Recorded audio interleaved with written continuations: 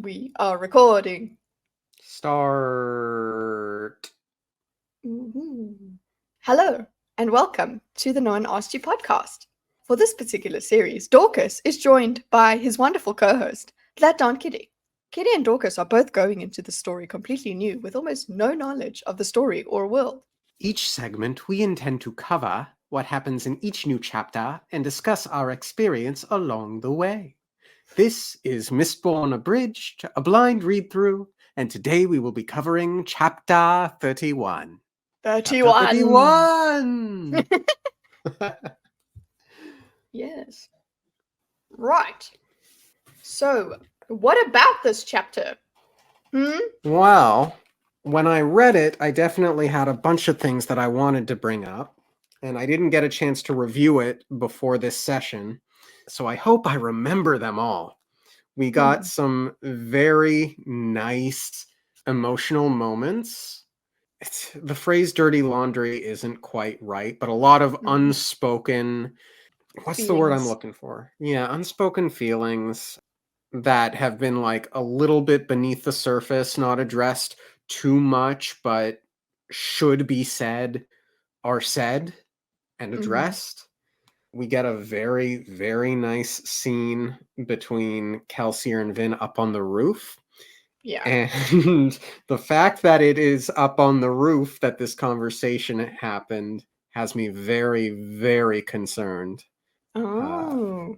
I did not have that. I was too busy being lost in the emotional journey of it all.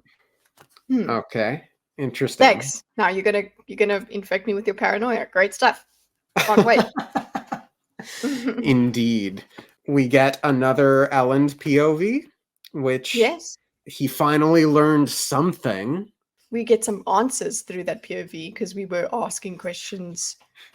We had speculations about what he would think and how he would react, and we get some payoff there. Called it, I suppose. Yeah, I wasn't too far off in my estimation of how he might react.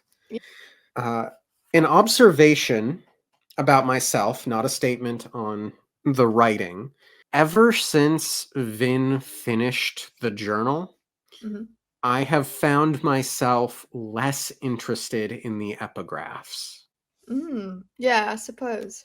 They're there and they're nice, but it's like now I know that they end before Yeah. the event.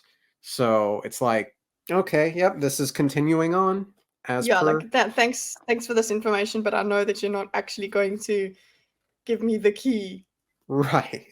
So, So like, you're just continuing to hint at me, and it's kind of like, But I know you're lying. right. But well, not lying. You know what I'm saying? Like, I know you're not gonna deliver. It's hard for me to imagine what information is in there now that is so important for us to know. And I'm sure it's something like he's obviously still got them in here. And you don't want to break the pattern of epigraphs at the start. It would be weird to just stop them in the middle of the book. And again, not complaining about them. It's just an observation into where my attention and interest is at this point in the book. And it's very, very much in the heist part of the book and less in the epigraph part. Yeah, I can see that. I can maybe I'm less so than you, but my attitude toward them definitely has changed. Good observation though, too, because we don't speculate much anymore. We can't speculate much anymore on the epigraphs. We kind of also trusting that the characters have not found anything worth talking about in the epigraph stuff.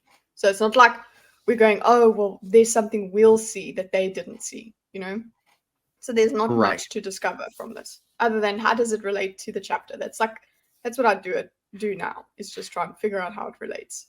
Excellent. I like that approach. Shall we get into the epigraph then? Yes. Other men worry whether or not they will be remembered. I have no such fears. Even disregarding the Terrace prophecies, I have brought such chaos, conflict, and hope to this world that there is little chance that I will be forgotten. I worry about what they will say of me. Historians can make what they wish of the past. In 1,000 years' time, will I be remembered as the man who protected mankind from a powerful evil? Or will I be remembered as a tyrant who arrogantly tried to make himself a legend? We know the answer. Indeed we do. And There it you go. seems to be a history that he himself has crafted. Yeah, he's been so deeply corrupted. So it's just hitting the same beats there for me. It's just, yeah, he turned out he was good, and then he turned out bad. Yep. And I suppose if we can relate this to Kelsier, we just like look at all the chaos and stuff that he did. And yeah, I don't know, in terms of this relation to the chapter, not much interesting I can say yet. I don't know, maybe it'll come to me. Who knows? It could be connected to Kelsier's realization that he is half Ska, half nobleman. Or not realization, but just like the sinking in of what that means and how he lives. Whereas the Lord Ruler here is questioning his legacy, tyrant or a protector. So it's, yeah, there's this kind of, maybe we could say there's kind of like a theme of self-reflection. And and like, which side of myself do I want to embrace? Yeah, that's good. Yeah, I'm much more satisfied with that. Nice. Well, as we're reading through, let's be cognizant of it and see if there's anything worth pointing out. Yeehaw. In regards to connecting it to the epigraph. Shall we continue then? Yes, let's get into it. I don't know, Kelsier said, smiling as he shrugged. Breeze would make a pretty good minister of sanitation. The group chuckled, though Breeze just rolled his eyes. Honestly, I don't see why I consistently prove to be the target of you people's humor. Why must you choose the only dignified person in this crew as the butt of your mockery? Because, my dear man, Ham said, imitating Breeze's accent, you are by far the best butt we have. Oh, please, Breeze said as Spook nearly collapsed to the floor with laughter. This is getting juvenile. The teenage boy was the only one who found that comment amusing, Hammond. I'm a soldier, Ham said, raising his cup. Your witty verbal attacks have no effect on me, for I am far too dense to understand them. Kelsier chuckled, leaning back against the cupboard. One problem with working at night was that he missed the evening gatherings in Clubs' kitchen. Breeze and Ham continued their general banter. Doc sat at the end of the table going over ledgers and reports, while Spook sat by Ham eagerly, trying his best to take part in the conversation. Club sat in his corner, overseeing, occasionally smiling, and generally enjoying his ability to give the best scowls in the room. I should be leaving, Mr. Kelsier, Sazed said, checking the wall clock. Mistress Wynne should be ready to leave. Kelsier nodded. I should get going myself. I still have to... The outside kitchen door slammed open. Vince stood, silhouetted by the dark mist, wearing nothing but her dressing undergarments, a flimsy white shirt and shorts. Both were sprayed with blood. So that's one of those cinematic moments, yeah? Yeah, it's the door slammed open. What is this? And like, what's it? Lightning flashes in the background, kind of like thing. But I always ruin it. I know. What? But no, it's but you cut. It was a dramatic entrance. You're just enjoying the look. When I did read this, I was just coming off Vin's fight, so I know that she's going to come in. But I did know. I was trying to figure out how she was going to come back or how they were going to find her, and this lovely banter being broken by like a great warmth being broken by Vin's arrival was great. I enjoyed that. Agreed. Vin! Ham exclaimed, standing. Her cheek bore a long, thin gash, and she had a bandage tied on one forearm. I'm fine. What happened to your dress? You mean this? Vin asked apologetically, holding up a ripped, soot-stained blue mass of cloth. It got in the way. Sorry, Docs. Lord Ruler, girl! Forget the dress. What happened to you? I liked that. Yes, of course. Doxon, like, I guess it's just like he goes straight into practicalities. He's like, what did you do to your dress? Like, what are you wearing? Kind of thing. It's just a normal reaction to a lot of different stimuli happening. Like all questions could be asked at this point. So, Yeah. I didn't go, oh, Dachshund. Right. And Dachshund seems to have a very practical mindset, I think. But what I like specifically about Breeze being the one to say this line is he had a similar line in a previous chapter as well. And for all of the butt jokes about him and for all of the less than moral qualities of him emotionally manipulating people, he always seems to be the one that is like, hold on a second, Vin, are you okay? Yeah. You know? He actually gives damn. That's what makes him endearing as well. Like you're like, yeah, there's this less than moral thing about him, but underneath that there is goodness. So it's very easy to like him despite any of that. Yeah. Vin shook her head, shutting the door. Spook blushed furiously at her outfit, and Sazed immediately moved over, checking the wound on her cheek. I think I did something bad. I kind of killed Chanelariel. I love it. I was so wondering how she was going to deliver that bit of information and just the whole, I think I did something bad. There's like, something so perfect about it. Yeah, and it's just like, oh yeah, you did kill a person you had interacted with as well. This is not just some unknown person that attacked you. You have a little bit of a history with this person. You've interacted with this person, and now you killed them. It's like a first big boss kill, Mm-hmm. And yeah, and her delivering that, it's like, okay, where do you start as well? Because there's so much that just happened. So she's like, you know what? Let's start at the end, so we know that. Listen, this makes sense. I'm in this way because I fought with someone, but I won. Clearly, everybody just understand. So like, yeah, it is. It's I like the chaos of this interaction.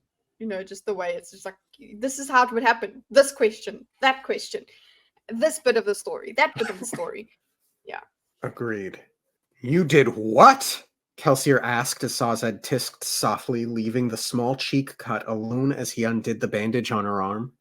Vin flinched slightly at Sazed's ministrations. She was Mistborn. We fought. I won. You killed a fully trained Mistborn? Kelsier thought with shock. You've practiced for barely 8 months. Mr. Hammond, would you fetch my healer's bag? Hem nodded, rising. You might want to grab her something to wear, too. I think poor Spook's about to have a heart attack. I was also like, what, this is the... there is a bit of jokingness here. Like, there's still the dynamic of just lol underneath. Which is like, okay, I'm okay with that. I like that. It's all very serious, but they're happy that Vid is alive, and they're just here to accept what the story is. And also, I guess bringing humor into this sort of thing does kind of help calm everything down. Agreed. I've been watching a lot of Tim Kaine videos on Fallout since the series aired, and he talks a lot about humor and seriousness, and you need the seriousness to balance out the humor. There is a balance to be struck. Yeah. What's wrong with this? It's not that much more revealing than some of the thieves' clothing I've worn. Those are undergarments, Vin. So? It's the principle of the matter. Young ladies do not run around in their undergarments, no matter how much those undergarments may resemble regular clothing. Vin shrugged, sitting as Sazed held a bandage to her arm. And again, that's sort of this awkward Vin, this practical Vin that we know and love. Yeah, it's like, huh? But what? Hello, it's covering the same. It doesn't. And we're gonna have this conversation now, okay? Between you and Docs, like, there's a lot of stuff, but I actually really enjoyed this. The fact that they go into something as, it's a fundamental discussion. Let's just talk about this right now. I like the chaotic nature of, you're going to talk about this, and then we're going to try and get back to the story. Like, it feels very real. It's nice. I like that. Agreed. She seemed exhausted, and not just from the fighting. What else happened at that party? Where did you fight the Alariel woman? Outside Keep Venture, I think some of the guards spotted me. Some of the nobles might have too. I'm not certain. That's going to be trouble. That cheek wound is going to be pretty obvious, even with makeup. Honestly, you Alamancers, don't you ever worry about what you're going to look like the day after you get into one of these fights? I was kind of focused on staying alive, Docs. He's only complaining because he's worried about you, Kelsier said as Ham returned with the bag. And that's what he does. Both wounds will require immediate stitching, mistress. The one on your arm hits the bone, I think. Vin nodded and Sazed rubbed her arm with a numbing agent, then began to work. She bore it without much visible discomfort, though she obviously had her pewter flared. She looked so exhausted, Kelsier thought. She was such a frail-looking thing, mostly arms and legs. Hammond put a cloak around her shoulders, but she appeared too tired to care. And I brought her into this. She should know better than to get into this kind of trouble. Eventually, Sazed finished his efficient sewing, then tied a new bandage around the arm. He moved on to the cheek. Why would you fight a Mistborn? You should have run. Didn't you learn anything from your battle with the Inquisitors? I couldn't get away without turning my back on her. Besides, she had more adium than me. If I hadn't attacked, she would have chased me down. I had to strike while we were equally matched. But how did you get into this in the first place? Did she attack you? I attacked first. Why? Vin sat for a moment, Sazed working on her cheek. She was going to kill Elend. She was going to kill Elend. Kelsier exhaled in exasperation. Elend Venture! You risked your life, risked the plan, and our lives for that fool of a boy? Yes. What is wrong with you, girl? Elend Venture isn't worth this. She stood angrily and Sazed backed away, the cloak falling to the floor. He's a good man. He's a nobleman! So are you. Suddenly there was so much tension. She's gone from like this exhausted, like hurt, and it's like, oh, by the way, I'm gonna yell now. This is very family stuff, okay? Like, we see. Oh, well said. Vin gets a bit uncomfortable with it afterwards, but it's like this is what happens with family, with ties that are very strong. You don't just break off because you have one argument. That's not how it works. And this is one of those things where it's like subconsciously you've been feeling all of these things that are building up and you don't necessarily realize it until you're in the heat of the moment and suddenly you're just speaking from this deeply emotional place and there's almost something therapeutic in it. It's you're just letting things that have been bottled up, you're letting them loose. That is therapeutic. Yeah, and you're just kind of putting it all on the table, and it's more of that necessary. We all need to be on the same page. We all need to evaluate who we are and how we work with each other so that we can be in the proper mindset moving forward, tight-knit together. Yeah. But I mean, you can see how it happens naturally where you've kept these things because you're like, I don't want to wrestle. I don't want to rock the boat. And then something happens to you that makes you more vulnerable. So everything, your filter just kind of breaks down and you just throw everything out. And it's a normal pattern that happens when people keep things inside. Yes. So are you. Vin snapped. She waved a frustrated arm toward the kitchen and the crew. What do you think this is, Kelsier? The life of a Scar? What do any of you know about Scar? Aristocratic suits, stalking your enemies in the night, full meals and nightcaps around the table with your friends. That's not the life of a Scar. She took a step forward, glaring at Kelsier. He blinked in surprise at the outburst. What do you know about them, Kelsier? When's the last time you slept in an alley, shivering in the cold rain, listening to the beggar next to you cough with a sickness you knew would kill him? When's the last time you had to lay awake at night, terrified that one of the men in your crew would try to rape you? Have you ever knelt, starving, wishing you had the courage to knife the crew member beside you, just so you could take his crust of bread? Have you ever cowered before your brother as he beat you? All the time feeling thankful because at least you had someone who paid attention to you? She fell silent, puffing slightly, the crew members staring at her. Don't talk to me about noblemen. And don't say things about people you don't know. You're no Scar. You're just noblemen without titles. She turned, stalking from the room. Kelsier watched her go, shocked, hearing her footsteps on the stairs. He stood, dumbfounded, feeling a surprising flush of ashamed guilt, and for once, found himself without anything to say. Wow. So there were 2 lines in there. I mean, what an amazing monologue, and delivered beautifully by you, Kitteh. Thank you. I do angry well, I think. Indeed. Don't talk to me about noblemen. I just imagine that with just like such a dismissive wave of her hand, and it seemed so powerful and so direct. And I'm just like speechless. I'm shocked, just like Kelsier and the crew are. It's like she's not lying though. It's all true. It's just like out of nowhere you're kind of getting this, and you're like, and it's not just for Kelsier, because she just talks about, look, it is mostly directed at Kelsier, but she does gesture to the rest of the crew and say, noblemen, you are noblemen, not you're a nobleman. Like, she is talking about the whole crew. So that's also what makes her very worried about coming back to them and talking to them, because she's like, she's hurting them as well. But yeah, it is just an outburst. It's just things she goes into, like memories of what being a scar is. You can see it, she's lashing out, and there's nothing unreal about that. There's nothing not convoluted. Come on, you know the word. Contrived, boy, I got it. Okay. Contrived. It's a natural outburst. She moves from one emotion to the next, and one bit to the next. Just, here's this image of being a starving scar, and here's this image of wondering people are going to rape me, and things like that. All of this this information just dumps out. It's not contrived. It's really natural. I like the way it's written in that way.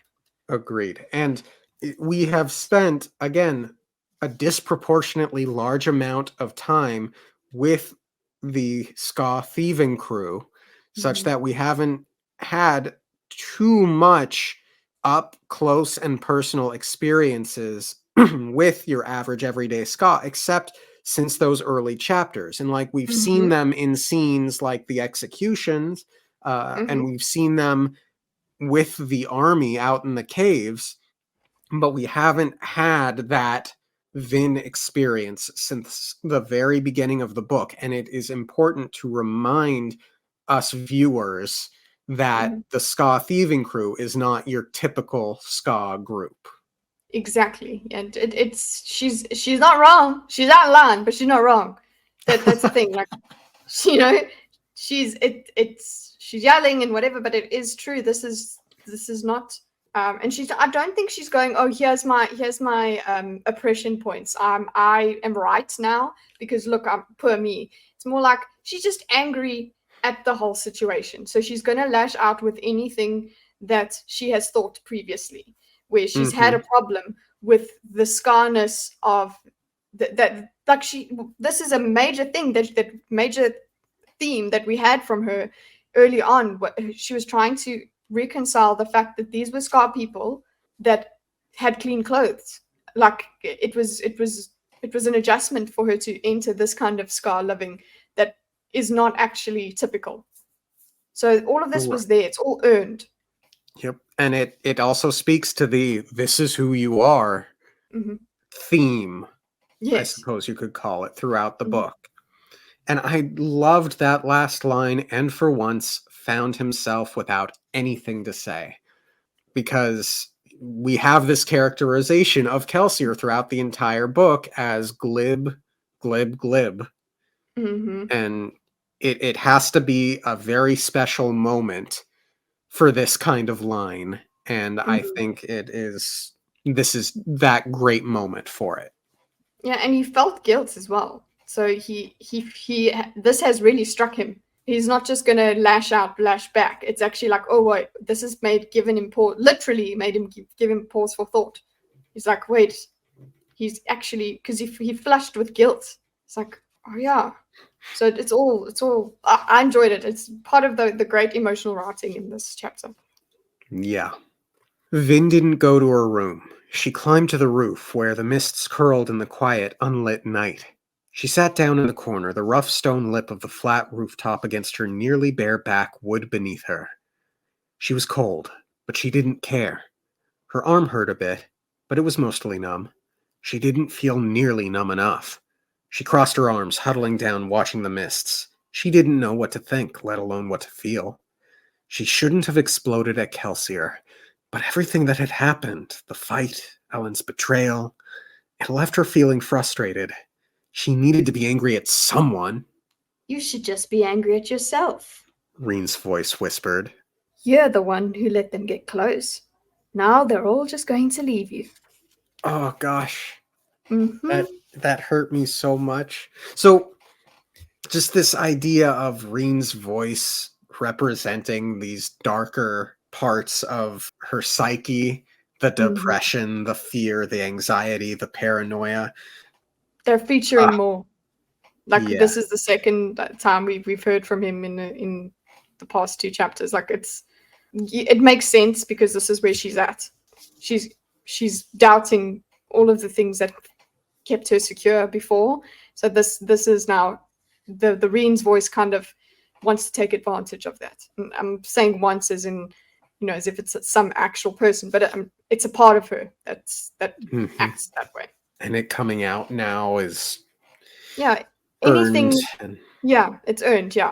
And anything that was positive, a lot has fallen apart, and this is what she was worried about. She was like, I can't enjoy it because it's going to go away from me. Everyone's going to leave me. So now she's applying that to everything. She's like, I've had my outburst. Now everyone will leave me. Okay, cool. Ellen's left me. Well, now I've just yelled at Kelsey, and now the whole crew, like you can see how unrealistic it is. She's like, I yelled, so they're going to leave me. It's like, yeah, she almost died and they nursed her back to health. I don't think yelling is going to kick her out of the crew.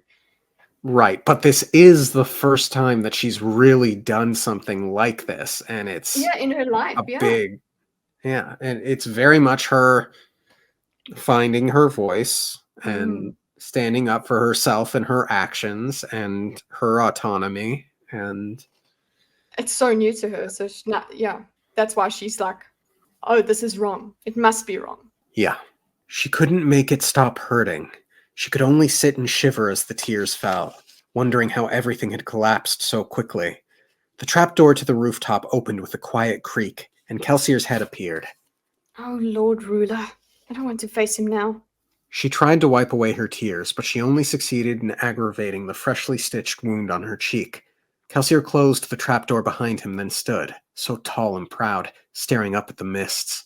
You didn't deserve the things I said. None of them did. Watching the mists is comforting, isn't it? Vin nodded. What is it I once told you? The mists protect you, they give you power, they hide you.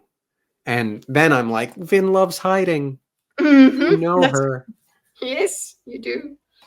He looked down, then he walked over and crouched before her, holding out a cloak.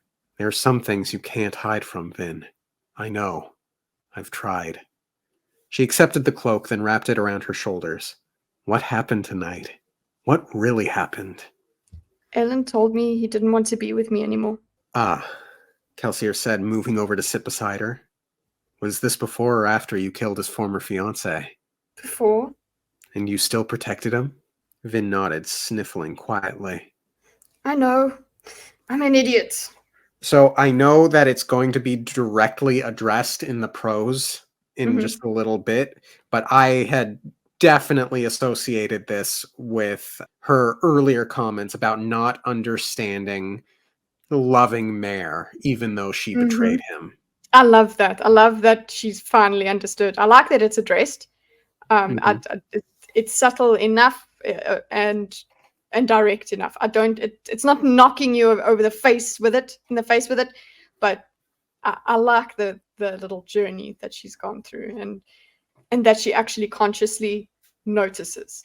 And it's another thing that we've said earlier. I remember saying that, people might be like, well, you don't need to say certain things out loud. The reader would have picked that up. But considering the characters, you want the characters to pick it up. Right. And characters aren't necessarily going to pick up what the reader picks up. And exactly. You want them to know certain things. And it also connects to the Marsh Kelsier love the brother relationship as well, in a small way, which they do address here as well, if I recall correctly. So, Let's see. Yeah, I don't remember. no more than the rest of us. I loved Mare too, even after she betrayed me. Nothing could change how I felt. And that's why it hurts so much. Vin said, remembering what Kelsier had said before. I think I finally understand. You don't stop loving someone just because they hurt you. It would certainly make things easier if you did. So I like that. I think I finally understand was her thought. She didn't say it out loud. And then Kelsier says the clarification line. I liked that it switched They're so between. in sync. Yeah, exactly. She started to sniffle again, and he put a fatherly arm around her.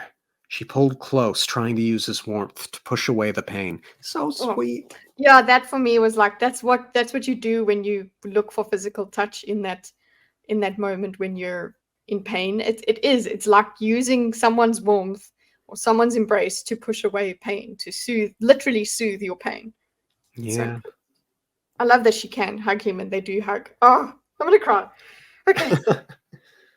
And I do imagine her crying in this moment, at least a little bit. Yeah, I can't really deliver it that much. Maybe we just need to get me to think about this a bit more and then I'll cry.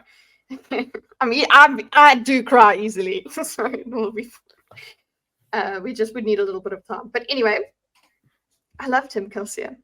Elend? I know. No, not Elend. Reen. He beat me over and over and over. He swore at me. He yelled at me. He told me he'd betray me. Every day I thought about how much I hated him. And I loved him. I still do. It hurts so much to think that he's gone, even though he always told me he would leave. Oh, child, Kelsier said, pulling her close. I'm sorry. Mm-hmm. And this is the first time that Kelsier is hearing this. Marsh knows, but Kelsier doesn't. And this is the first time that she has put word to the fact, even in the conversation with Marsh, this is the first time she says that she loved him. Yeah, that's what she hasn't been aware of. Now she's aware that you can love and hate someone. You can feel all kinds of things for someone. Somebody can hurt you and you could still love them. It doesn't work that easily. So she did think of she thought just having hate kind of canceled out this love she had for her brother, but it didn't. And yes, it would be so much simpler if she could just hate him and not be hurt by him every single time he's beating her. He's hurting her love, if you know what I'm saying. He's betraying her. He's betraying that trust that she has for him. It would make it less painful, obviously, if she didn't care. But now this dynamic, I loved when it turned, when I was reading this the first time, when it turned from I loved him, Kelsier, and he says Elend, and then it goes, no, it's Reen. That made so much sense to me. I was like, she's feeling all of these things. Of course, yeah, we're talking about Ellen, but I loved that she didn't go, the most painful part was not her crush thing. It was Reen. This realization that you can love someone even though they betray you or even if they push you away. That whole realization goes to a deeper, more a long-lasting psychological scar, which is her brother. And it's not scattered at all. Humans think illogically and make different associations, and they jump from one thought on one topic to the next. And there's something just so real about the way that she is talking, I think. I just love it. I love the way this whole moment pans out. It's really powerful. After the action, so we get the same sort of thing of action and then emotion. I like that. I like that we had this action time, and now we have the fallout of it. And then this next paragraph, or at least the next sentence, is so core to who Vin is that it's a big step that she's about to say it to Kelsier. Yes. And the way Kelsier is going to respond to it just breaks my heart. Yeah. Everyone leaves me. I can barely remember my mother. She tried to kill me, you know. She heard voices in her head. and they made her kill my baby sister. She was probably going to kill me next, but Reen stopped her. Either way, she left me. After that, I clung to Reen. He left too. I love Elend, but he doesn't want me anymore. When are you going to go? When will you leave me? Kelsier looked sorrowful. Vin, I don't know. This job, the plan. She searched his eyes, looking for the secrets therein. What are you hiding from me, Kelsier? Something that dangerous? So I like that she understands that that's why Kelsier is hiding this from her. Yes. It's not, oh, you see, he's horrible. It's more like she takes it as he means it, which is, I can't really tell you. I'm sorry that I can't tell you this. I don't want to tell you because it's going to hurt. She knows it wouldn't be personal, that it's the Mhm. plan. If he Exactly. dies, it's not because He wanted to leave her. Yeah. Well, he planned to. Yeah. It's more like if he dies, it's a sacrifice he's willing to make for he's making the sacrifice for both of them. He sacrifices himself for everyone, but he's like, yeah, I could stay alive for Vin, but the plan is more important. Yeah. That's what we're expecting. Yeah. She wiped her eyes again, pulling away from him, feeling foolish. He looked down, shaking his head. Look, now you got blood all over my nice, dirty, pretend informant's clothing. There's the humor again. That's that kind of like just softening of it. You know, it's natural. It's not that awkward. It's Kelsier being Kelsier in that moment. Yeah. And then through all of this, Vin smiles. Yeah. Vin smiled. At least some of it is noble blood. I got Shan pretty good. I really liked that line. There was something very, way to go, slugger, kind of. Yeah. An essence to that was lighthearted and oh so young and nice. Kelsier chuckled. You're probably right about me, you know. I don't give the nobility much of a chance, do I? And it's like, whoa, Kelsier, is that self-reflection? Did something sink in? Yeah, and he brought it to her. He said it in front of her. He's admitting it to her, you know. Yeah. And she's like, oh, whoa, like she knows she lashed out at him. She was just trying to hurt someone. She was like, she knew she just wanted to be angry at someone. And then it's like, now it's coming back and it's like, but that's the thing, then you weren't wrong. It's something that could have been said in some way. I don't know how this was a great, spectacular way to just throw it at him. It's like that you made him speechless. So I think that's a good way to have him listen. Yeah. And take it in. Bringing it back to the Tim Kaine videos that I've been watching, in one of his videos, he talks about this dog that he had to raise his voice with at some point, and he felt bad because it scared the dog, but the dog wasn't listening. And the point of it was sometimes you have to raise your voice. And it doesn't always feel good to do so, but it can be necessary with certain personalities. And for Kelsier, I don't think it would have sunk in if Vin hadn't said things that she said. Yeah, and he would have just been able to use his humor, his wits, just to get around it. And yeah, maybe he would have thought about it a little bit, but he probably wouldn't come back and talk about it to her. This is like he brings it up himself, which shows that it is really powerful. Yeah. Vin flushed. Kelsier, I shouldn't have said those things. You're good people, and this plan of yours, well, I realize what you're trying to do for the Scar. No, Vin. What you said was true. We're not really Scar. But that's good. If you were a regular Scar, you wouldn't have the experience or courage to plan something like this. They might lack experience, but not courage. Our army lost, true, but they were willing, with minimal training, to charge a superior force. No, the Scar don't lack courage, just opportunity. Then it's your position as half Scar, half nobleman that has given you opportunity, Kelsier. And you've chosen to use that opportunity to help your Scar half. That makes you worthy of being a Scar, if anything does. Kelsier smiled. Worthy to be a Scar. I like the sound of that. Regardless, perhaps I need to spend a little less time worrying about which noblemen to kill and a little more time worrying about which peasants to help. There was something about that exchange, particularly the then it's your position as half Ska, half nobleman that has given you opportunity, Kelsier. That's made me envision being knighted, so to speak. Oh, like as you are, I now pronounce you Scar. Yeah, I charge thee with this task, brave knight. It is your duty to uphold this ideal. Does that make sense? Yeah, I get it. I like it. I like that imagery. Yeah. Vin nodded, pulling the cloak close as she stared up into the mists. They protect us, give us power, hide us. She hadn't felt like she needed to hide in a long time, but now, after the things she'd said below, she almost wished that she could blow away like a wisp of mist. And that goes all the way back to she wanted to be like a bit of ash. Look, I know she wanted freedom, and that's what she was thinking about, being a bit of ash in the beginning. It was one of the images she gave us. But now she wants to blow away and dissolve. Just nice symmetry there. I need to tell him. It could mean the plan's success or failure. She took a deep breath.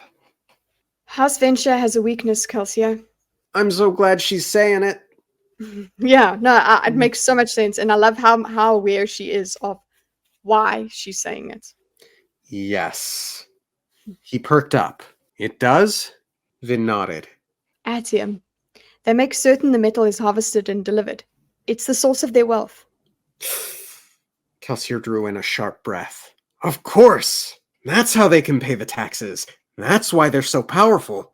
He would need someone to handle things for him. Kelsier, He looked back at her. don't do anything unless you have to, all right? Kelsier frowned. I don't know that I can promise anything, Vin. I'll try to think of another way, but as things stand now, Venture has to fall. I understand. I'm glad you told me, though. She nodded. And now I've betrayed him too. But there was a peace in knowing that she hadn't done it out of spite. Kelsier was right. House Venture was a power that needed to be toppled.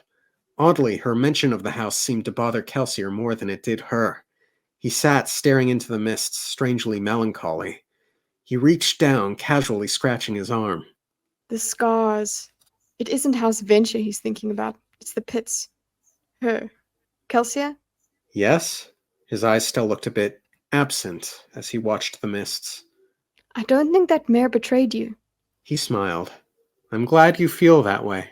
No, I really mean it. The Inquisitors were waiting for you when you got to the center of the palace, right? Kelsier nodded. They were waiting for us too. Kelsier shook his head. You and I fought some guards, made some noise. When Mare and I went in, we were quiet. We'd planned for a year. We were stealthy, secretive, and very careful. Someone set a trap for us. Mare was an Allomancer, right? They could have just sensed you coming. Kelsier shook his head again. We had a smoker with us. Red was his name. The Inquisitors killed him straight off. I've wondered if he was the traitor, but that doesn't work. Red didn't know about the infiltration until that night, when we went and got him. Only Mare knew enough, dates, times, objectives, to have betrayed us. Besides, there's the Lord Ruler's comment. You didn't see him, Vin, smiling as he thanked Mare. There was honesty in his eyes. They say the Lord Ruler doesn't lie. Why would he need to? Vin sat quietly for a moment, mulling over what he'd said. And I love this next part. It's some confirmation. Yes, within the context of an emotional conversation. I loved it. It wasn't like, hey, by the way, let's try something out. It's just really beautifully woven into the whole chapter. Mm-hmm. And also, yes, this is the reasoning we had in previous chapters. We were like, yeah, maybe the Inquisitors are always there. Hello? And now this is a conversation we want them to be having. This is reasoning we want the characters to go through. So I'm enjoying this. Yes.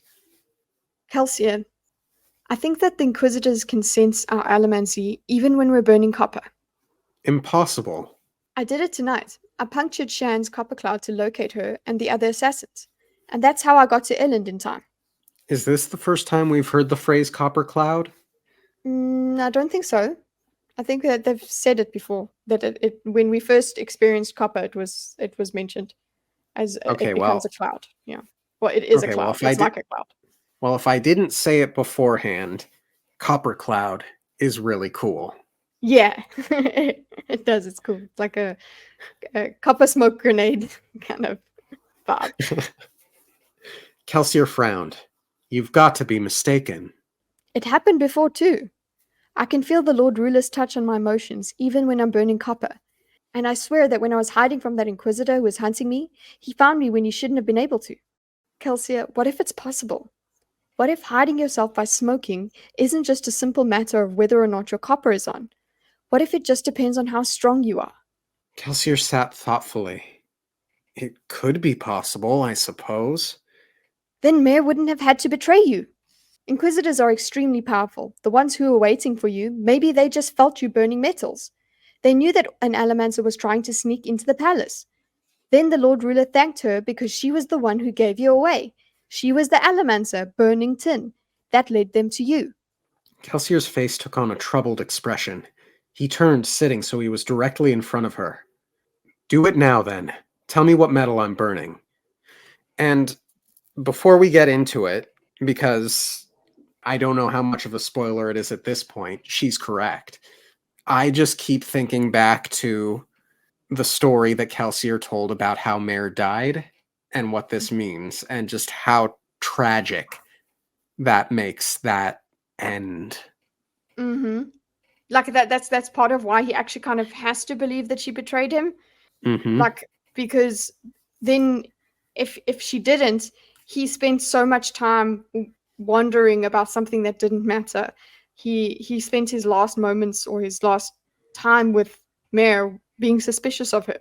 So you kind of don't want to believe. You would rather believe that she was betraying you than you were spending time worrying about something that was not true. It's a tough situation no matter how you try and spin it. So Yeah. I can So this is. see, yeah, Sorry, continue. I can see why he can't. His first instinct is not to believe it.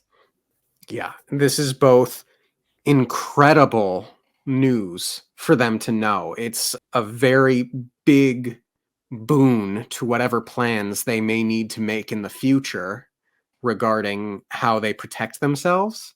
Mm-hmm. But also, it's like, what did I do? How could I have let our relationship end like that? Sort of a thing. It's such a wonderful mixture of this incredible news is tinged with such sad news. Yeah, the implications are vast, Mm-hmm. in so many different ways. But that's another thing that I wanted to ask.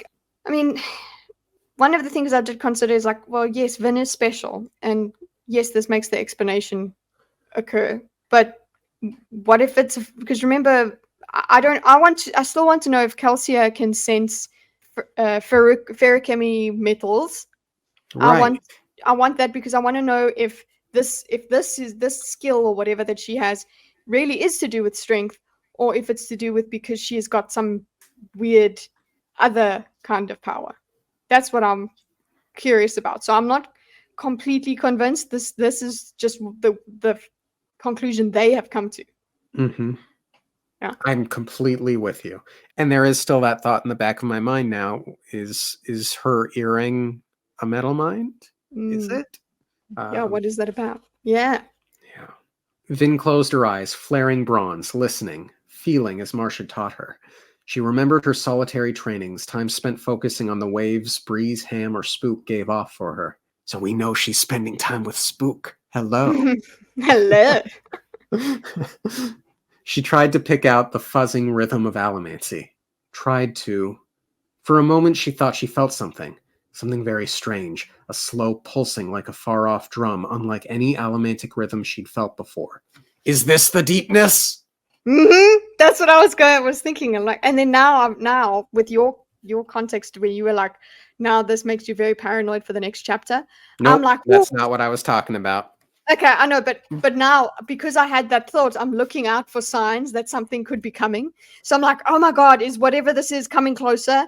Like my first thing was, it's the deepness. That's what the deepness feels like. So that's what I Yep. was on.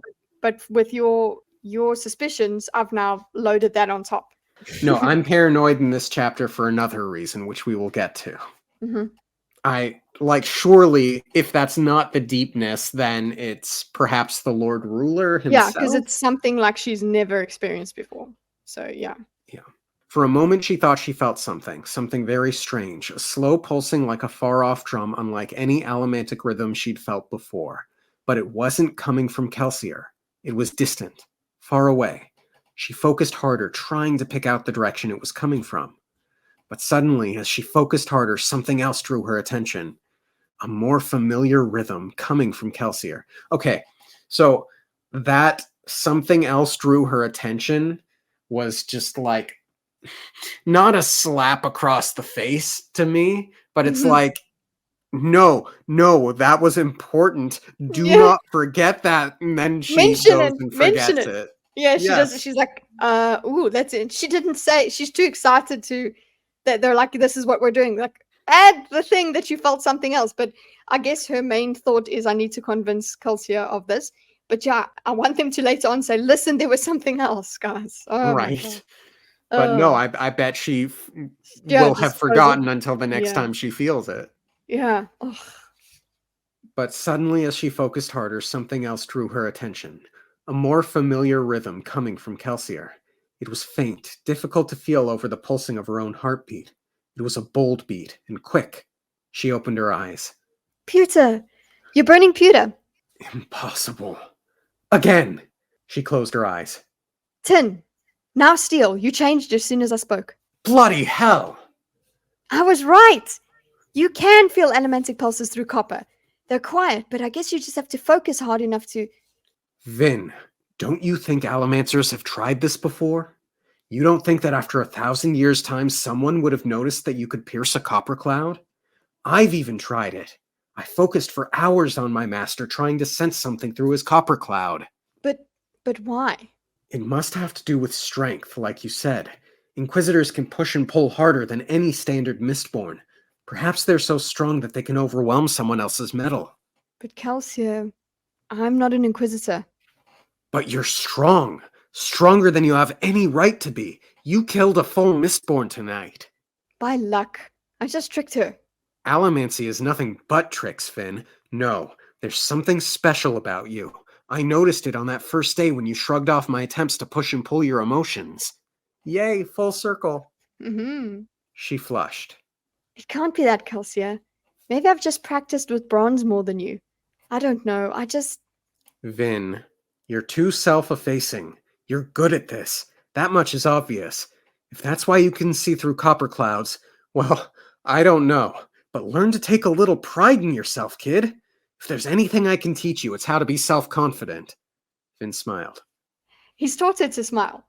Okay, well, not really taught her like, oh, here you go. But like, she started smiling after she joined the crew. Like, remember the first time she smiled was in the carriage or something like that? Yeah. Vin smiles now. Vin is also a smiling scar. Yes, he taught her there's something worth smiling about. Mm-hmm. Yay! Come on, he said, standing up and holding out a hand to help her up. Sazed is going to fret all night if you don't let him finish stitching that cheek wound, and Ham's dying to hear about your battle. Good job leaving Shan's body back at Keep Venture, by the way, when House Alariel hears that she was found dead on Venture property. Vin allowed him to pull her up. She glanced toward the trapdoor apprehensively.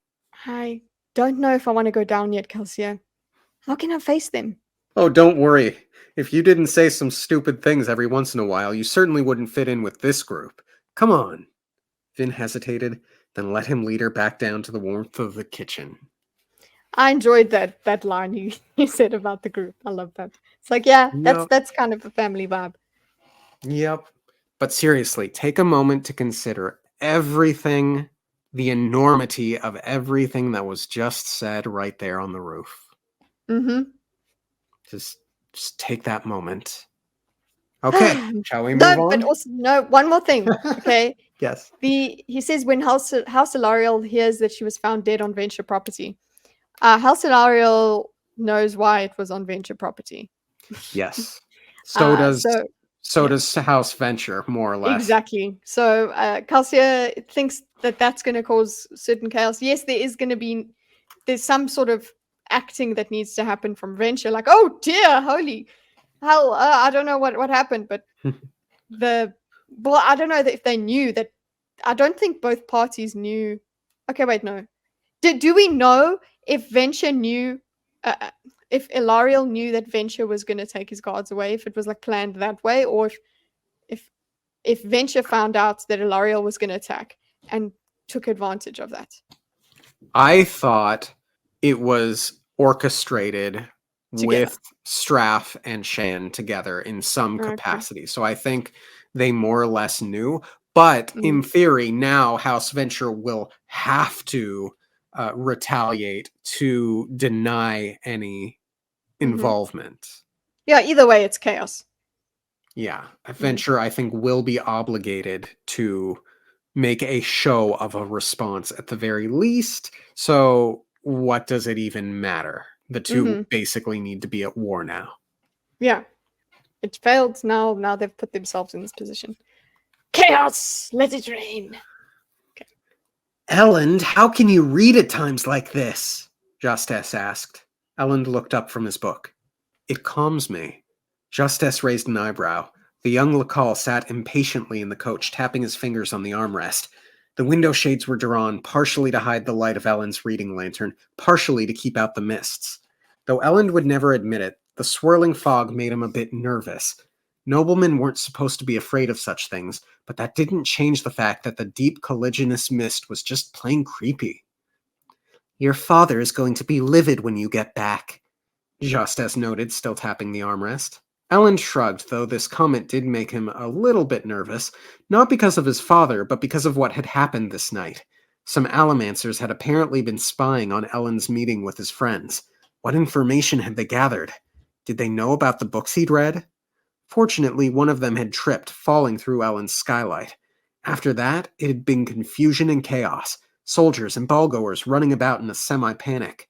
Elend's first thought had been for the books, the dangerous ones, the ones that, if the obligators found he possessed, could get him into serious trouble.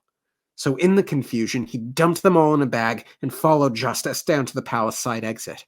Grabbing a carriage and sneaking out of the palace grounds had perhaps been an extreme move, but it had been ridiculously easy. With the number of carriages fleeing the Venture grounds, not a single person had noticed that Elend was in the carriage with Justesse. So he has no clue the depth of what was attempted there that night. Yeah, he's not thinking about that at all. Like, he doesn't consider at all that it was more than just spying. And that's juicy, us knowing and him not knowing. It's beautiful. Yeah, it's probably all died down by now. People will realize that House Venture wasn't trying to attack them, and that there wasn't really any danger, just some spies who got careless.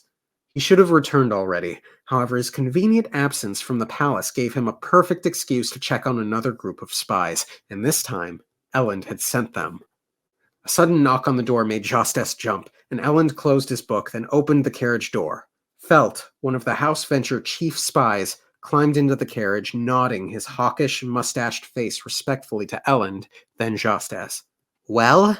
Felt sat down with the keen litheness of his kind. Of his kind? Is Yeah, this I did. another Condra? Yeah. I was wondering, I'm like, is it Chandra or is it just that, okay, he's a spy, so he's lithe? Like, I don't, yeah, I did wonder about that. I did, about it, yeah. The building is ostensibly a woodcrafter's shop, my lord. One of my men has heard of the place. It's run by one Master Clayton, a Scar carpenter of no small skill. Why did Valette's steward come here? We think that the shop is a front, my lord. We've been observing it ever since the steward led us here, as you ordered. However, we've had to be very careful.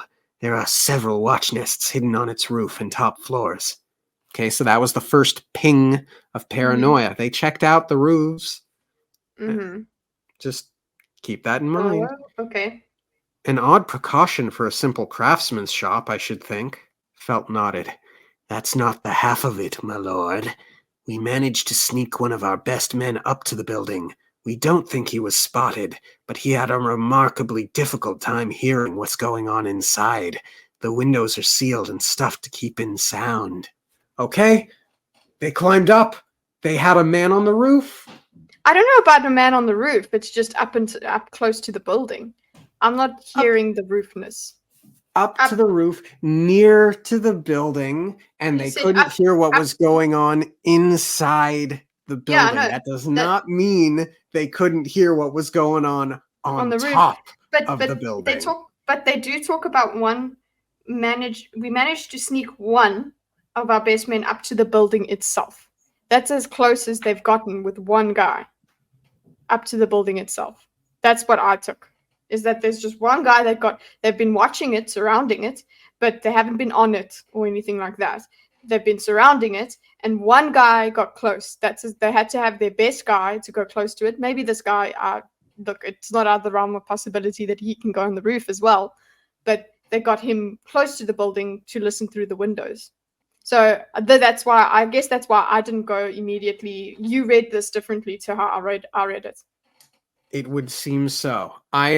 Look, I don't necessarily I know hope that you're he wrong. was specifically on the roof, but I take that to mean, and especially because they say they couldn't hear anything inside the building, I take that to mean that they could hear things that were going up above the building, meaning the roof. And I had said the other session, are they Ellen's spies or are they Straff's spies? Because That's what worries me about this. minor spoiler, they don't say anything about that conversation to Ellen. And I'm assuming that this conversation happened after the conversation we just read. So, as far as I'm concerned, I think they know. Look, it's possible, but I don't know in time with how long this is. Like, is Shan fighting Vin now? Yeah. When I don't know where this is. Like, I suppose I have this inherent assumption that it's chronological. Yeah, I guess it makes sense because the okay, so the fight happens and that's when he leaves. So the fight was actually happening then. And now, no, the fight was happening then he left. The fight would not have happened over the course of a long period of time. Yeah. So the fight would have been finished by the time he got back. He got to the spies, right? Not to mention that Vin can travel more quickly than Ellen can. Mm-hmm. Yes, but the conversation, all of that having happened, and then the reporting. I don't know. It's possible, but I'm leaning towards more that they didn't hear that conversation. I want you to be wrong. I hope you're right. Yes, I hope I'm right. Yes. But I do worry. One of the things I did worry about was this information, no matter what, whether about this conversation or not, I don't know if any of this information is going to Straff. That's what I'm worried about. You're saying it's this information plus that conversation, and they don't tell Kelsia. I mean, they don't tell Elend about this because they belong to Straff. That's what your position is. For me, I'm just Correct. like, I'm worried about the spies just telling even this information to Straff, and it seems likely he's a chief spy, and it's like, why would they be more loyal to Ellen than the actual head of the house? Doesn't make sense. Correct, which is why I think that they're withholding the information from Ellen, even though Ellen thinks they are his spies. They would be more loyal to Straff than to Ellen, which is why I think they might be saving that information for Straff rather than Ellen. Mm-hmm. Well, assuming they didn't whereas here. Yes, whereas I posit that they don't have the information anyway. Right. Ta-da! Yeah. This is the first real contention between us. Okay, so it seems. Another odd precaution, Ellen thought. What do you think it means? It's got to be an underground hideout, my lord, and a good one. If we hadn't been watching carefully and been certain what to look for, we would never have noticed the signs. My guess is that the men inside, even the terracemen, are members of a Ska thieving crew, a particularly well-funded and skilled one. A Ska thieving crew? And Lady Valette, too? Likely, my lord. Ellen sat back. Ska thieving crew, he said, stunned. Why would they send one of their members to balls? To perform a scam of some sort, perhaps? That was a thought of his. My lord, Do you want us to break in? I've got enough men to take their entire crew. That scared me. That I was like, what? What? No. Interestingly, I had thought, yeah, but are they prepared for 2 Mistborn? No, yeah. That they definitely aren't. But still, I don't want an attack at all, okay? I don't want anyone. That too. Just leave them alone. Oh, no. No. Call your men away and tell no one of what you've seen this night. Yes, my lord. X to doubt. Agreed. Lord Ruler.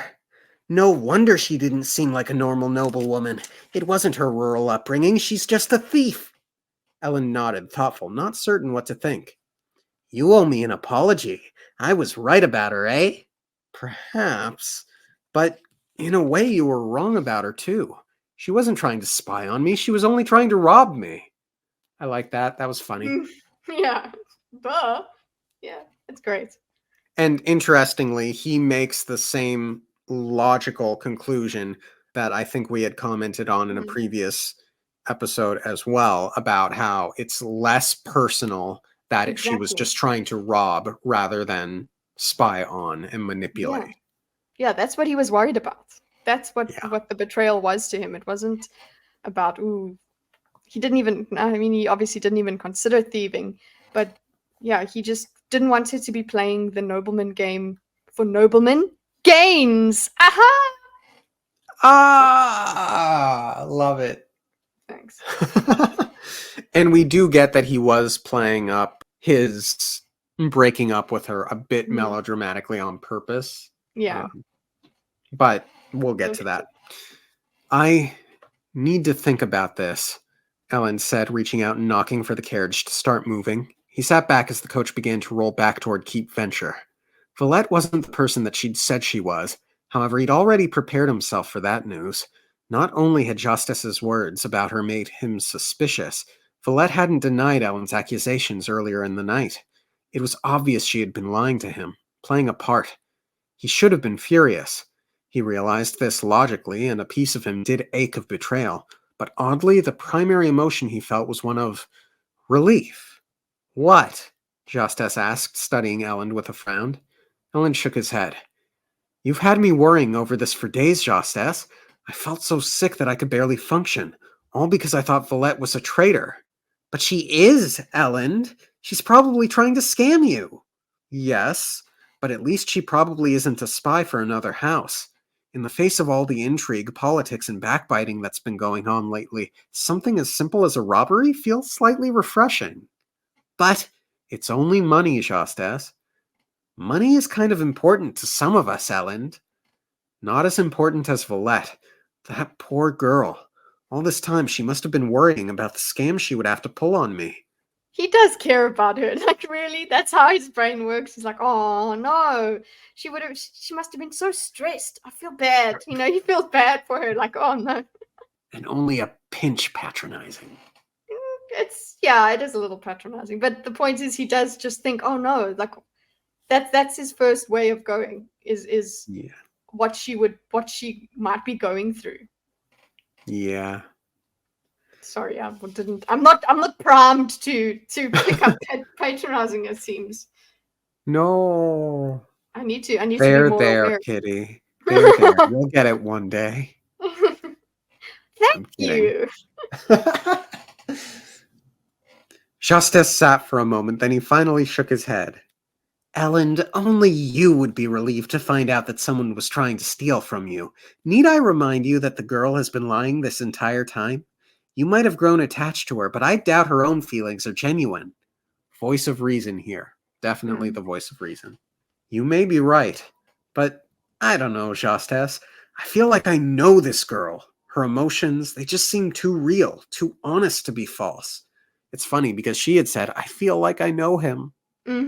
That's what I loved, the parallel here between when she's trying to argue with her crew, basically, and argue like with the people that she's surrounded with, that no, he actually does like me and he actually does care.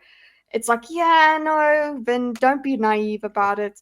And he's getting the same treatment here. Like, oh no, it's not real, okay? So I like the parallels there. Doubtful. We don't have enough information to judge her yet. Felt thinks she's a thief, but there have to be other reasons a group like that would send someone to balls. Maybe she's no more than an informant. Or maybe she is a thief, but not one who ever intended to rob me. She spent an awful lot of time mixing with the other nobility. Why would she do that if I was her target? In fact, she spent relatively little time with me, and she never plied me for gifts. Excellent. Smart, Ellen. Good Yes, about it's a good point. That's it. He's picked it up. And I love this next upcoming part because it's the truth. Yeah. In his mind, he tried to picture his meeting Valette as a pleasant accident, an event that had thrown a terrible twist into both of their lives. He smiled at the image, then shook his head. Yeah, that is cheeky Sanderson. Yeah. Here it is. Nope. No, it isn't. No, Jastes. There's more here than we're seeing. Something about her still doesn't make sense. I suppose, Al. Ellen sat upright, a sudden thought occurring to him, a thought that made his speculations about Follette's motivation seem far less important. Jastes! She's Ska! And she fooled me! Fooled us both! She acted the part of an aristocrat almost perfectly. An inexperienced aristocrat, perhaps. I had a real Ska thief with me. Think of the questions I could have asked her. We called it. That's what we would like. That's if Ellen knew, that's what we expected him to be thinking about. That he would. Yep. We wanted because we were like, okay, because remember we were trying to say, does he know everything? And we were like, nah, he probably doesn't, because he would be more intrigued and speaking to her more if he knew she was a Ska. Yes, exactly. Questions? What kind of questions? Questions about being Ska. That's not the point, Jastes. She fooled us. If we can't tell the difference between a Ska and a noblewoman, that means that the Ska can't be all that different from us. And if they're not that different from us, what right do we have treating them as we do? Jastes shrugged. Ellen, I don't think you're looking at this in perspective. We're in the middle of a house war. Ellen nodded distractedly. I was so hard on her this evening. Too hard? He had wanted her to believe totally and completely that he didn't want anything more to do with her. Part of that had been genuine, for his own worries had convinced him that she couldn't be trusted. And she couldn't be, not at the moment. Either way, he'd wanted her to leave the city. He'd thought that the best thing to do was break off the relationship until the house war was through. But assuming she's not really a noblewoman, then there's no reason for her to leave. For me, I was like, she's still in danger whether she's a noblewoman or not. So she can leave, but I guess you can think about this and go, well, yeah, she's used to the danger. She can take care of herself, so it's okay. She doesn't need to leave. She's not as helpless as the real Valette would be, so she can stay. That's what I'm putting behind that thinking of his. Yes. I'm being charitable. I'm just in the whole, his mind is racing 100 miles an hour right now. Yeah. Ellen, are you paying attention to me? Ellen looked up. I think I did something wrong tonight. I wanted to get Valette out of Luthadel, but now I think I hurt her for no reason. Bloody hell, Ellen! Allomancers were listening to our conference this night. Do you realize what could have happened? What if they decided to kill us rather than just spy on us? Ah, yes, you're right, Ellen said with a distracted nod. It's best if Valette leaves anyway. Anyone close to me will be in danger during the days to come. Okay, at this point, I'm getting as frustrated with Ellen as Jastes is. And there's a small part of me that's wondering how much of this is Jastes going to put up with? At what point is Jastes going to put his house first and foremost? Yeah, I'm worried about that as well. Like, I'm like, can we really trust this guy that's right, that knows everything right in front of us? We're talking about the spies, but what about him? Like, and we know what's going on in Ellen's mind, but to Jastes, he could be coming off as extremely dismissive right now. Yes, exactly. And that could make him just less endearing to Jastes. So he's like, well, I better take care of myself, because he clearly is not in the game. Yeah. Justus scowled at him, his annoyance deepening. Then he finally laughed.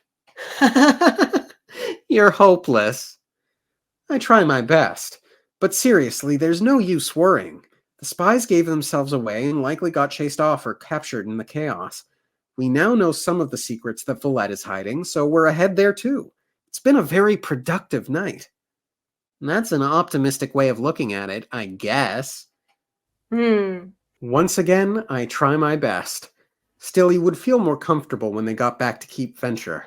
Perhaps it had been foolhardy to sneak away from the palace before hearing the details of what had happened, but Elend hadn't exactly been thinking carefully at the time. Besides, he'd had the previously arranged meeting with Felt to attend, and the chaos had made a perfect opportunity to slip away. The carriage slowly pulled up to the Venture gates. You should go, Elend said, climbing out the carriage door. Take the books. Justus nodded, grabbing the sack, then bidding Elend farewell as he shut the carriage door. Elend waited as the carriage rolled back away from the gates. Then he turned and walked the rest of the way to the keep, the surprised gate guards letting him pass with ease. The grounds were still ablaze with light. Guards were already waiting for him at the front of the keep, and a group of them rushed out into the mists to meet him and surrounded him. So when I read surrounded, I was like, oh shit, are they going to kill him and blame the... Yeah. Like... What do they know? Yeah, it's like, well, Yeah. what are the guards going to do? What do they know? What are they playing? Oh, yeah. I did think of that the first time I read through. My lord, your father... Yes. I assume I'm to be taken to him immediately. Yes, my lord. Lead on then, Captain. They went in through the Lord's entrance on the side of the building. Lord Strathventure stood in his study, speaking with a group of guard officers. Elend could tell from the pale faces that they had received a firm scolding, perhaps been threatened with beatings. They were noblemen, so Venture couldn't execute them, but he was quite fond of the more brutal disciplinary forms. Lord Venture dismissed the soldiers with a sharp gesture, then turned to Elend with hostile eyes. Elend frowned, watching the soldiers go. Everything seemed a little too tense. Yeah. Welcome. I think in all of this, Lord Venture was hoping against hope that his men would find Elend and have the opportunity to kill them. And this Or find him entire dead. exchange, exactly. And this entire exchange is tinged with this guy wants Elend dead, and Elend has no freaking clue. Ah, it's beautiful. And there was something, I forget if there's a moment later that made me think it. So I'm just going to say it now while it's on my mind. Straff would have been executed if they had found the books on Ellen's body. And yes, according to Cliss, yeah. Yes. And Straff, in a sense, lucked out totally that did not happen. And it suggests that he doesn't know about the books, which I believe completely. So Straff would have lucked out. Maybe he could use the books. I don't know. Maybe it is too risky. If he knew about the books, he could try and use that to get Ellen killed. But it would probably smear too much on him, so he couldn't really use that as an option. Right. But anyway, he's probably frustrated because he's like, oh my god, my plan's been foiled. It's like, yeah, you don't realize that you've also had your ass saved by Vin, basically. Right. And then in the last chapter with Straff, I had commented, wait, so is Straff going to automatically disbelieve this gossip because it's coming from Elend? And then we had commented, that would be very lucky of him to have stumble into the correct bit of knowledge through his own personal bias and prejudice regarding his son. I'm wondering, this image of Straff lucking upward and upward is very humorous to me. Yeah, and even he doesn't know about it. It's just... Yeah.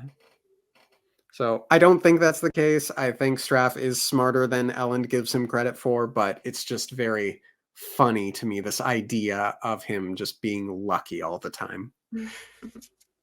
He got that high L in his special stats. The high L to make him never take L's.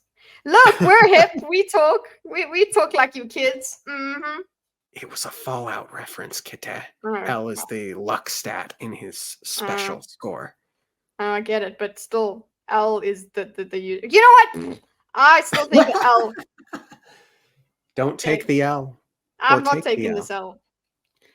I think L needs to. Yeah, it's just very niche. Okay, nobody watched Fallout. Well, what? Where have you been? Oh, I left.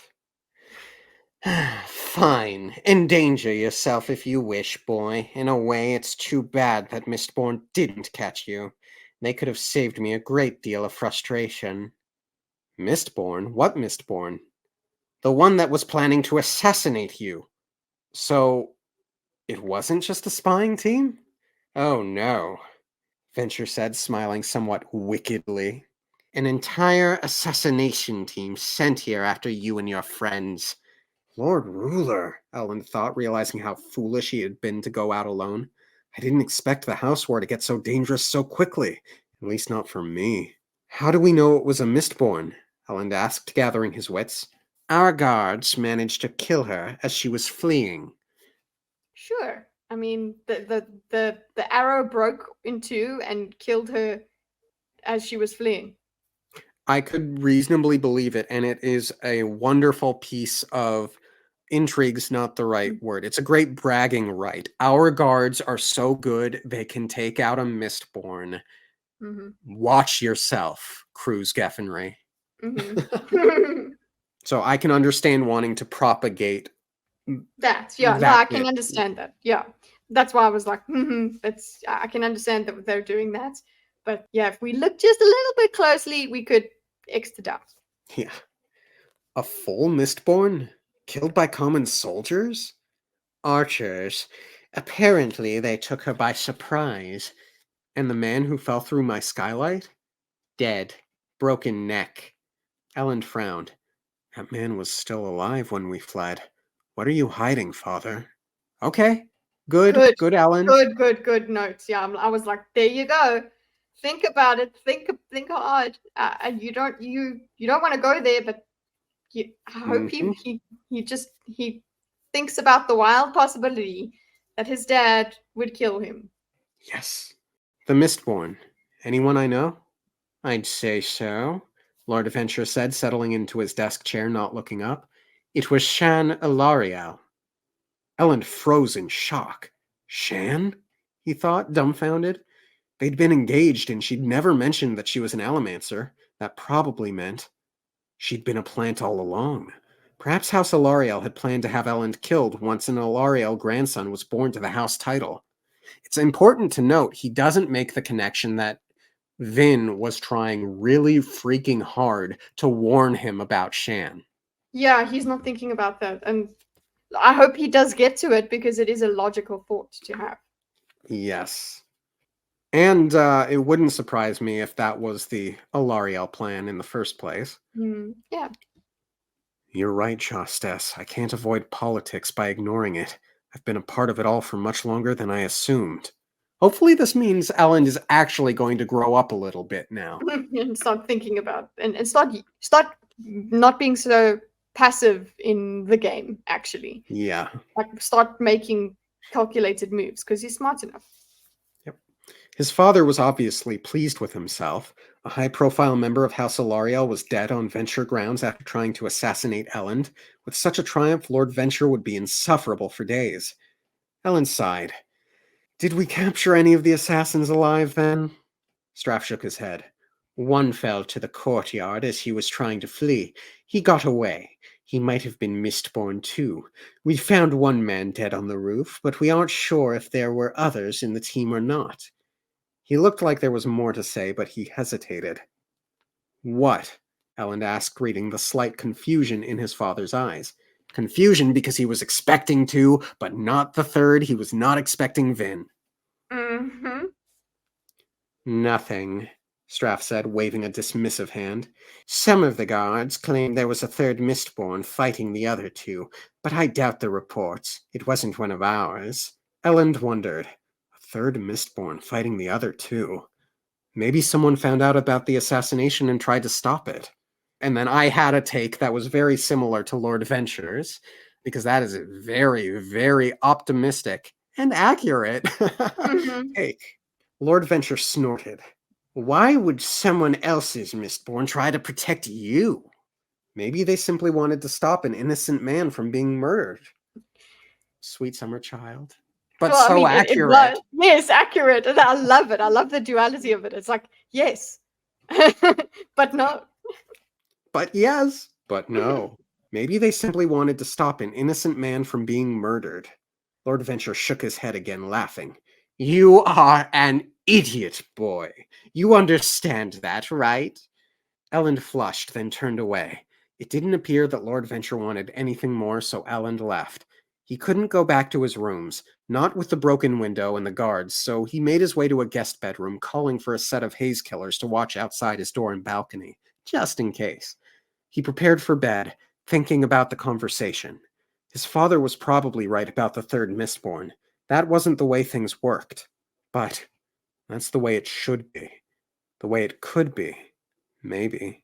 There were so many things Elend wished he could do, but his father was healthy and young for a lord of his power. It would be decades before Elend took up the house title, assuming he survived that long. He wished he could go to Valette, talk to her, explain his frustrations. She'd understand what he was thinking. For some reason, she always seemed to understand him better than the others. And she's Ska! He couldn't get over the thought. He had so many questions, so many things he wanted to find out from her. Later, he thought as he climbed into bed. For now, focus on keeping the house together. His words to Valette in that area hadn't been false. He needed to make certain his family survived the house war. After that, well, perhaps they could find a way to work around the lies and the scams. Okay, so he's not ruling out Yeah. future relationship. Yeah, but my main takeaway from that bit was he's so concerned about his house, and there his father is trying to get him killed, man. Mm-hmm. It's actually it's so sick. Venture Straff is absolute asshole. Yup. Yeah. Oh man, I really enjoyed that chapter. Same. Each chapter is getting more and more intense and That's the word. on the nose. Yeah. Mhm. Very tight, very dominoes falling. Yeah, you just want to get to the next one. Well, I mean, we always are like that, but it's ramping up. It's like, I'm excited as usual. Me too. Me too. Whew. Okay, so someone had asked, I think in one of the comments, in one of the episodes that just aired, what do we expect the end to be? So, or what are our predictions now for the end? So, Kitteh, what is your prediction? Okay, so the question centered around will they succeed? After a fashion, but I feel like there will be loss in some sort of success could happen, okay? But I'm feeling the most, I know this is very vague, but this is as much as I can say. I feel like they will know the most that they can know by the end of let me try and reword this. I feel like it will end with knowledge. So not like a cliffhanger, but they will have this discovery and it will make cause a new problem to be solved. Not a new problem, or it's a new quest. The next quest will be unlocked by the end of the book. That's as far as I can get. I don't have predictions. I just know that it'll be great. I predict that they are going to get him in a wooden crate, and then they are going to put him in a warehouse protected by top men, and they will zoom out from the building. That's a joke. Was it another Fallout reference? I don't know. That one was an Indiana Jones reference. Oh, jeez. Look at me. I'm doing Top really well. men. You're doing very well, Kitteh. Mm. I had theorized for a little bit. I think it's going to be a net positive. I think it'll be a mixed victory, but a net positive. I had wondered for a time if they would somehow be able to redeem the Lord Ruler. And I kind of hope that's the way it goes, because I don't think that's the expected ending. So even though I'm expecting it, I would still be surprised and elated for it to happen. But I think it's going in a direction of they're going to win. Yeah, that's Win I in some fashion. That's what I agree. I'm like, there has to be some sort of win, and I think we both agree that there will be loss too. It won't be a clear victory. yeah. I do think that the final empire will be toppled and break into different factions and groups. Yeah, I'm really not sure. I think that's okay. I'm happy enjoying like just the now of it going, what's the next chapter gonna be? You know, is there gonna be an attack?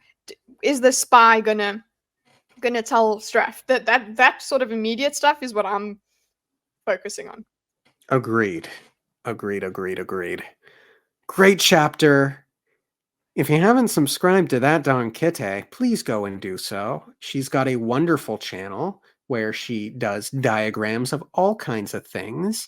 By the time this airs, she should have done a diagram of Dune, a diagram of the Lion King. She talks and About does things. debate about things, debate diagrams between contentious YouTube personalities. And yeah, she's got a really, Panel show, really panel wonderful channel. A panel show on Thursdays. featuring So Dorkus. that I Wow. sometimes sit on and occasionally speak on. When you're allowed, you know. Yes. And like this video and subscribe to the No Nasty podcast on YouTube. And you know what? If you want audio only completely, just Spotify, it exists. Yeah, it would be tremendously appreciated. And thanks. Okay, thanks. Have a Bye. good one. Bye.